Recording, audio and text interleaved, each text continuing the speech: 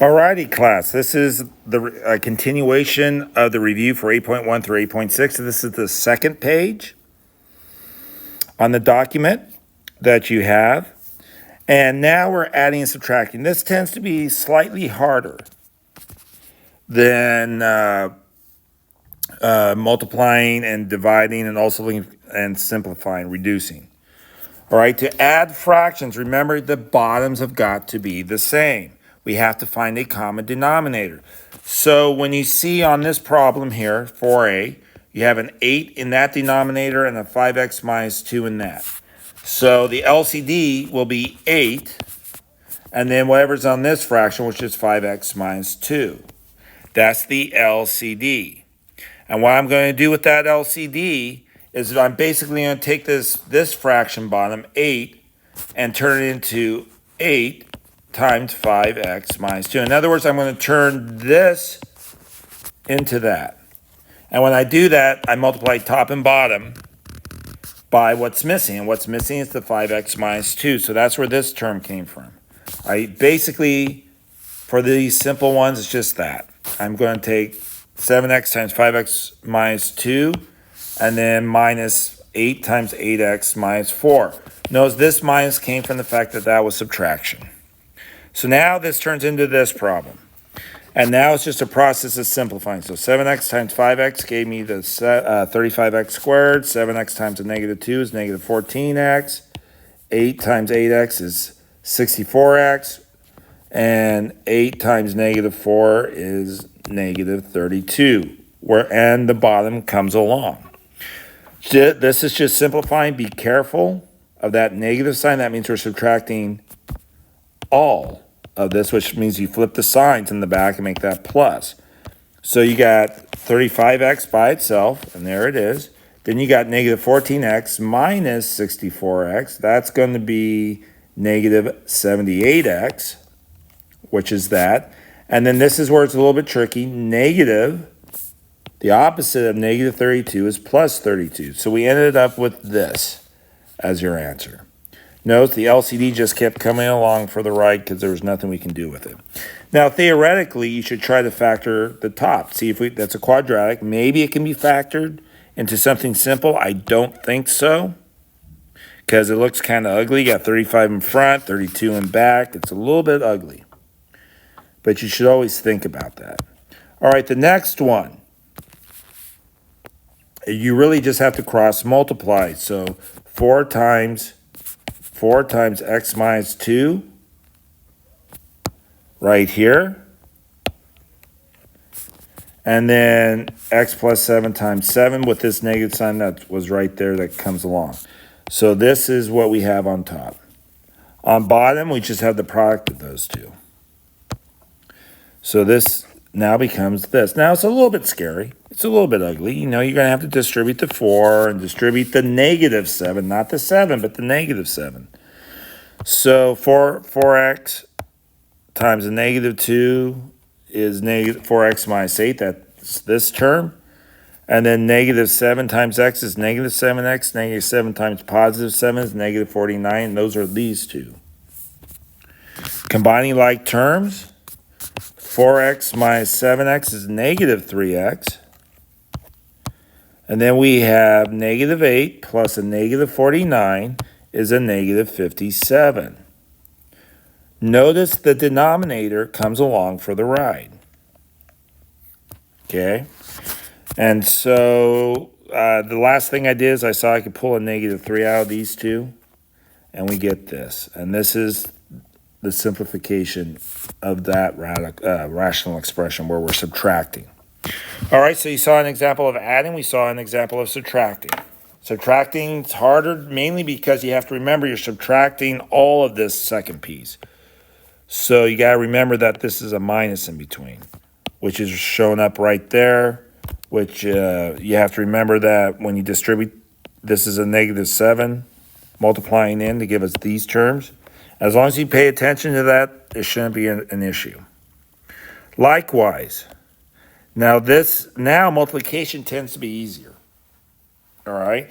But the thing is, there's an F word that you have to use all the time with this. You have to factor. The first thing you should do when you see a polynomial like this is to factor it. What multiplies, just as a refresher, what multiplies to 25 adds up to negative 10, and you'll see it's negative 5 and negative 5. We call this a perfect square trinomial. So we can rewrite this as x minus 5, x minus 5. On bottom, this 10x minus 100, you can factor out a 10, GCF it. And you can pull a 10 out. And that leaves you with x minus 10. Okay, I'm going to go ahead and scooch down this expression right there. Oh, that's going to move everything. Scooch down this so I have more space. And now we look at the second fraction. Okay, we have an x minus 10. We can't factor this, right? That just sticks. And we can GCF out a number here. That's 45 minus 9x. A common 9 can be pulled out. And that's what happens here, right? So now we have this. And right away, you should be able to see that the x minus 10s divide out. Remember when you kill the x minus 10 on top, there's a 1. Don't leave it as a 0. It's a 1. Okay.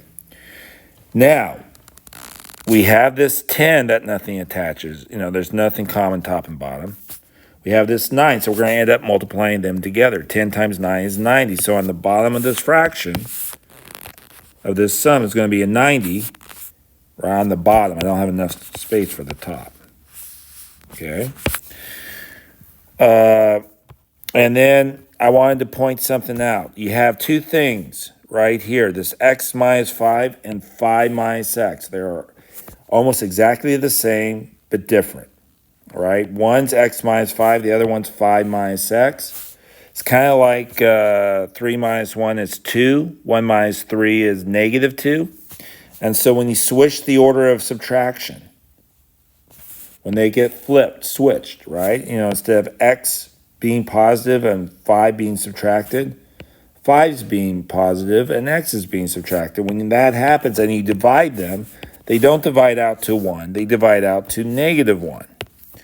So that's a warning. That does divide out, but that introduces a negative 1. So now we already figured out that 10 times 9 is 90. We have left one of the x minus 5s. So that's still here. We don't have an x minus 10 because that's gone. And we just have 90 on bottom. So it looks like this turns out to be this right here. All right. And that's how you do these two. It's not real. This is still not too bad. It's just a little bit painful. All right, so now on this one, like I said, the F word comes into play. You have to factor. So what I did on top here is I looked for two numbers that multiply to negative 36, add up to negative 5, and I saw that that was negative 9, so it's x minus 9 and positive 4, so that's x plus 4.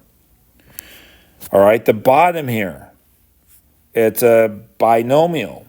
And so doing an x factor doesn't really work, but you should see that, hey, wait, that's cubed and that's squared.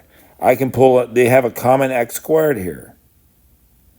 There's a 3 and a 12, so the 3 can come out. So it's 3x squared times x plus 4. Then when you look, you see that the x minus 9s divide out, the x plus 4s divide out. You're left with 45 x squared. And by the way, what I wrote here was wrong. It's 45, because I wrote 4. It's 45 x squared over 3x squared. Now, 45 divided by 3 happens to be 15. And this turns out to be just the number 15. All right? And that is an example of 5. On 6, you still have to factor, because we're going to turn this division problem, this right here, into a multiplication problem by multiplying by the reciprocal of 1 over x minus 5. So my first thing is you should factor this trinomial. So that's going to be -4 and +2. Okay. Notice that x minus 4 and this x minus 4 divides out. Now it's just 1 over x plus 2 divided by 1 over x minus 5. Now, to turn division into multiplication, we flip right, multiply. So, I'm sorry, just lost my thought for a second. All right, so this is still division. So to turn division into multiplication, when we're dividing by a fraction, we multiply by the reciprocal. So 1 over x minus 5 turns into x minus 5 over 1, and now this is multiplication. Now, you multiply straight across, and top and bottom, and you end up with 1 times x minus 5, which is x minus 5 on top, and 1 times x plus 2, which is x plus 2 on bottom. And there you go, and that's fully simplified. All right? Okay, moving on, .org. Okay, so here's 7. Now we're doing solving equations. All right, 7 is simple proportions, which basically mean you cross multiply to solve. It's the easiest way of thinking of it. And then 8 is uglier equations. So here we go. Cross multiply to get rid of I just lost my train of thought, sorry. So what we're going to do is go 5 times x plus 5. So we get this. Then we're going to go 8 times x minus 9, which is this. Again, I went like that. Okay. Now it's just a process of distributing the 5 and the 8. So 5 times x is 5x. 5 times 5 is 25. That's this. And 8 times x is 8x. 8 times -9 is -72. Now this is a linear equation with variables on both sides, so we got to hook up the x's. So what I did was I subtracted 5x, That left us with 3x on back, and then what I also did was I added 72, and 25 plus 72 is 97. So we have this. Last step, divide by 3, and the solution would be this, 97 thirds. Okay. 3 does not go into 97, so that's all you can do. And that was number 7. A. Number 7b, you cross multiply again. So 4 times 6 is 24. That's this. And then 9 times x minus 3 is 9 times x minus 3. 4 times 6 is 24. Distribute the 9 in. 9 times x is 9x. 9 times -3 is -27. Hook up the numerical answers. So 24 plus 27 is 51. So we have that. Divide by 9, and we get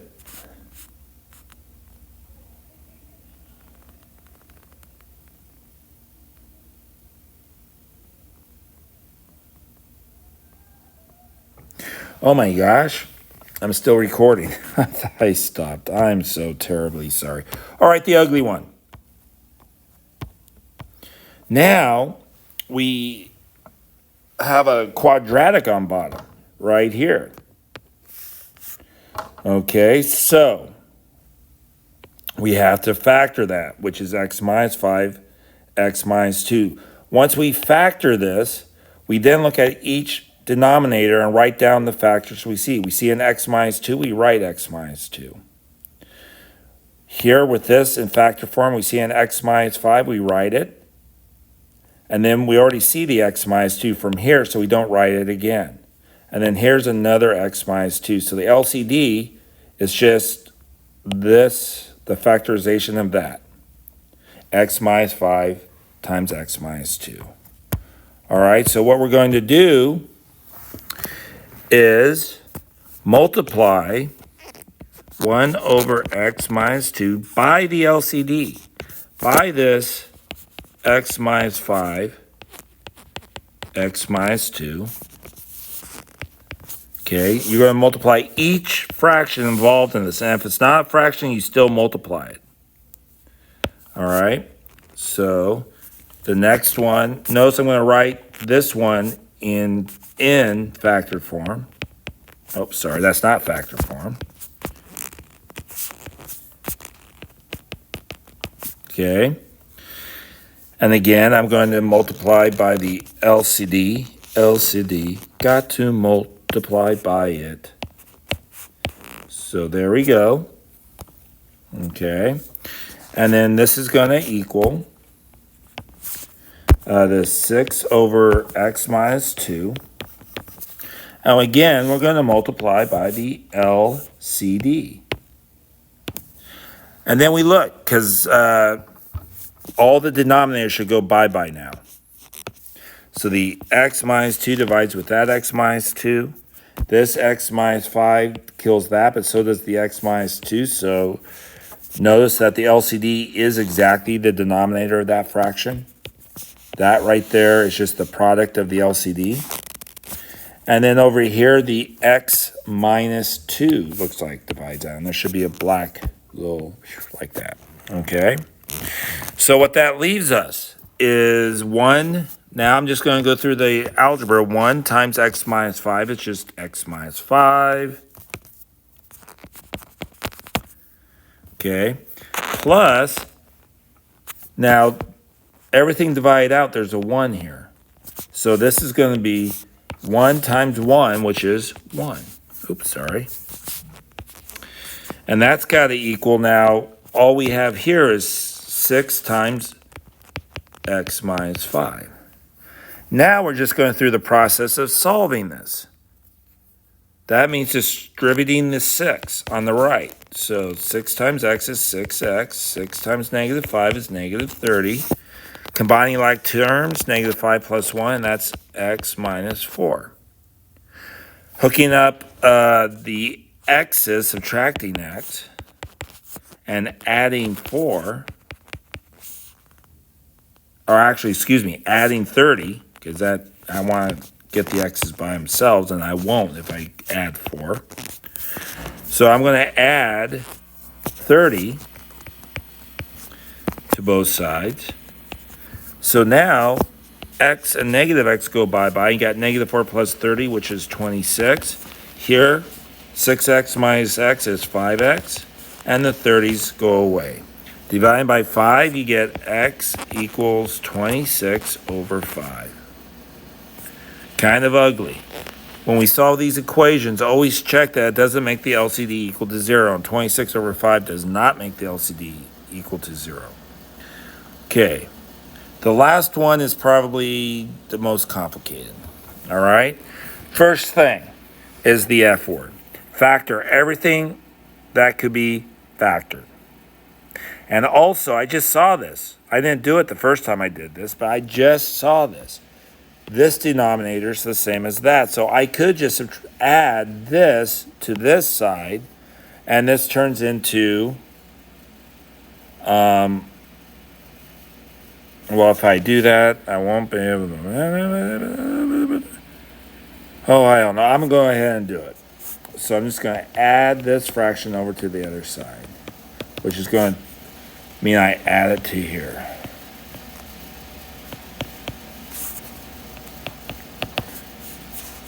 Okay, so now it becomes 3x squared plus 21x. Now we have the 1 plus the 18 is 19. Okay, all over x squared plus 2x. And this has got to equal 1 over x. Okay. So now what do? We could cross multiply.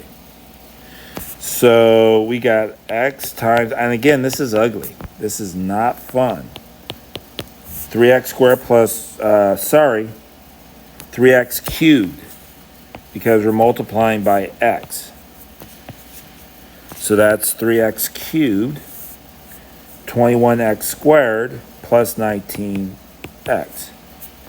And then on bottom, or not on bottom, and that equals this product right there, which is just x squared plus 2x. All right. So distributing the x on the left, that's 3x to the fourth plus 21x cubed plus 19x squared equals x squared plus 2x. Subtracting x squared, we get 3x to the fourth plus 21x cubed plus, subtracting 2, 17x squared, plus 18x squared. Okay. So, gotta be careful. All right, let's see. Let's just start over. Okay, so I'm going to distribute in the x. That's where these terms came from. Equals this. So I got to go slower because I think I was going to screw it up. I'm going to subtract x squared from both sides. I'm also going to subtract 2x from both sides. And there's no x over here on the left, so that just means it's going to be minus 2x. So we have this. 3x to the fourth plus 21x cubed plus 18x squared minus 2x. And the 2x came from this. And that's got to equal 0. Crazy, crazy, crazy, crazy. Okay. So looking at this, I can't pull out 3, so I can pull out an x. That gives us 3x squared, or x cubed, plus 7x squared plus 6x minus 2. And that's got to equal 0. And all of a sudden, I see that I'm running into a problem because I got this off the internet. And this is a much more involved problem than what you will ever see in advanced algebra. Because now we got to figure out how to factor this. Okay? And that's going to be kind of hard to do right now. So, what I would argue is, don't stress too much. I did it a different way, and I got these two answers. So those are the two answers. Okay? And if you look back, x equals -1 does not make the denominators 0. So that's good. That was the one I was concerned about. So that's it. I hope it didn't overwhelm you. If you have a lot of questions, come see me in office hours tomorrow, and good luck.